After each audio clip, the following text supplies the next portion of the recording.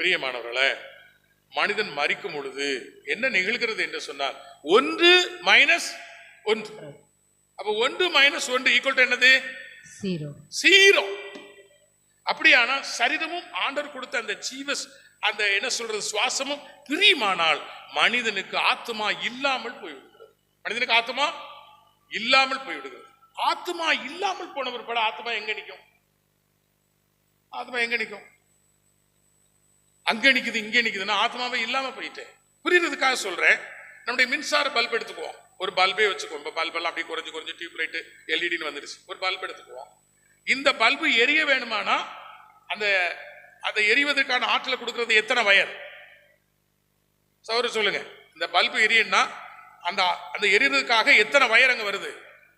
2 wire வருது. ஒரு wire என்னது? பிளஸ், இன்னொன்னு மைனஸ். பிளஸ்ல ஒரு சக்தியும் மைனஸ்ல ஒரு சக்தியும் அங்க வருது. வந்து எங்க வந்து சேருது? பல்புனுடைய அந்த 2 பகுதிகளில் வந்து சேருது. 2 பகுதியில் ஒன்னா சேர்ந்து அங்க உள்ள என்ன வச்சிருக்காங்கன்னா எரிந்து சாம்பலாக போயிடக்கூடாதுங்கிறதுக்காக மின்சார அந்த பவர் அதை தாங்க முடியாம அது எரிந்து போயிடக்கூடாதுங்கிறதுக்காக ஒரு பல்பு ஒரு சிமிலி வச்சிருக்காங்க. அதை வெற்றிடமாக்கி இருக்கிறாங்க. அதனால காற்றுக்கிட்டு எதுவுமே படாது. ஆனாலும் அங்க இந்த டங்ஷனுங்கிறது எரியக்கூடிய ஒரு காரியத்தை கண்டுபிடிச்சு 2 கம்பியில மாட்டி இருக்கிறாங்க. இப்ப பிளஸும் மைனஸும் ஒன்னா சேர்ந்த உடனே அங்க என்ன வந்துருச்சு? வெளிச்சம் வந்துருச்சு. வெளிச்சம் வந்துருச்சுல. அப்ப பிளஸும் மைனஸும் என்ன செய்யுது? பல்புக்குள்ள ஒன்றாக சேரும் பொழுது அங்க வெளிச்சம் வந்துருச்சு. சரிதானா? இப்போ பிளஸ்ஸையோ இல்ல மைனஸையோ நம்ம கட் பண்றோம். அப்ப சுவிட்ச்னு ஒண்ணு இருக்குது இல்லையா? இந்த சுவிட்ச் ஆஃப் பண்ணும்போது பிளஸ் என்ன செஞ்சிருது? பல்புக்கு போகாம கட் ஆயிருது. சரிதானா? கட் ஆயிருது. அப்ப பிளஸ் மைனஸ் 2ல 1 கட் ஆகும் போது அங்க என்ன செஞ்சிருது? Plus minus பிரிஞ்சிருது. சரிதானா? பிரிஞ்சிருது. அந்த பிரிவினை வரும் பொழுது அங்க இருக்கிற வெளிச்சம் எங்க போகுது? வெளிச்சம் என்ன ஆகுது? இல்லாம போகுது. வெளிச்சம் இல்லாம வெளிச்சம் எங்கேயோ போயிருக்குன்னு வச்சுக்கோங்களேன். நம்ம என்ன செஞ்சோம்? பல்பு போடணும், சுவிட்ச் ஆன் பண்ணோம். என்ன செய்யுது? வெளிச்சம் வந்துருச்சு. இப்ப மின்சாரம் செலவாகிறது.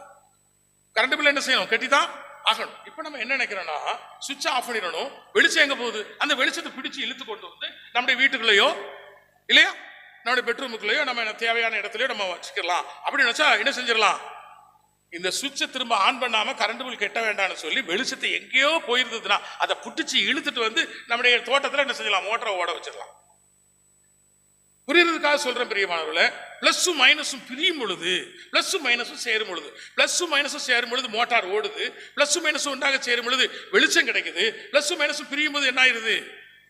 வெளிச்சம் இல்லாமல் போயிடுகிறது. அது எங்காயிலும் மட்டும்தான் பிடிச்சு கொண்டு வந்துடலாம். கரண்ட் பில்லே கட்ட வேண்டாம். அப்ப வெளிச்சம் இல்லாமல் போய்விடுகிறதே.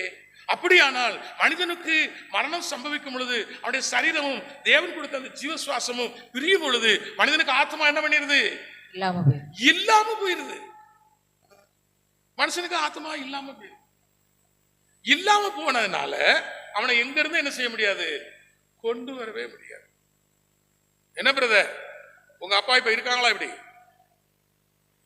அவங்க மரித்து போனார்கள். என்னுடைய அப்பாவும் மரித்து போனார்கள். ஆனா அவங்க ஆத்மா எங்கேயாவது நிக்குதுன்னு எவனா சொன்னான்னு வச்சுக்கோங்க, நீங்களும் பயப்படக்கூடாது. நம்முடைய அப்பாவுடைய ஆத்மா தானே. போய் அந்த ஆத்மாவை பார்த்து அவங்க ரொம்ப அன்பா பேசி அப்பா நீங்க வாங்க வாங்கன்னு கூட்டிட்டு வந்து எங்க கொண்டு உள்ள நுழைச்சிடலாம். கல்லறையில் உள்ள அந்த சரீரத்துக்குள்ள நுழைச்சிடலாம். அப்பா வந்துருவார், அம்மா வந்துருவார் அப்படின்னு சொல்லி நம்ம மரித்து போன எல்லாரையும் நம்ம பெற்றுக்கொள்ள முடியுமே. ஆனா தேவனாய் கர்த்தர் ஒரு ஒழுங்கு வச்சிருக்கிறாரு, ஒரு அமைப்பு வச்சிருக்கிறார். அந்த அமைப்பின்படிதான் இந்த பரிசுத்தம் சொல்லுகிறபடிதான் எல்லாமே. அவர் என்ன செய்கிறார்? ஒரு குறிப்பிடப்பட்ட காலம் வரும் பொழுது அவர் அவர்களுக்கு கொடுக்கப்பட்ட அந்த சரீரத்தையும் தான் குனிந்து ஊதின ஜீவசுவாசத்தையும் பிரித்து விடுகிறார். பிரித்து விட்ட மாத்திரத்துல வேத வாசிப்பமான தெளிவா இருக்குங்க. பிரசங்கினுடைய புஸ்தகம் படிக்க போறோம். பிரசங்கினுடைய புஸ்தகம் 12வது அதிகாரம் 7வது வசனம். இவ்விதமாய் மண்ணானது தான் முன்னிருந்த பூமிக்கு திரும்பி ஆவி தன்னை தந்த தேவனிடத்திற்கு மறுபடியும் போகாததற்கு முன்னும் அவரை உன் வாலிப பிராயத்திலே நினை. அது என்னதுங்க? அது இவ்விதமாயின்னு போட்டிருக்குதே. அது இவ்விதமாயினா என்னதுங்க? அப்ப எவ்விதமாயின்னு வாசிக்க வேண்டாமா? 7வது வசனத்தை வாசிக்கும் பொழுது அந்த பரிசுத்த வேதாகமத்தில் என்ன பார்க்கிறோம் அப்படின்னா, இவ்விதமாய் மண்ணானது தான் முன்னிருந்த பூமிக்கு திரும்பி ஆவி தன்னை தந்த தேவனிடத்திற்கு மறுபடியும் போகாதற்கு முன்னும் அவரை உன் வாலிப பிராயத்துல நினை.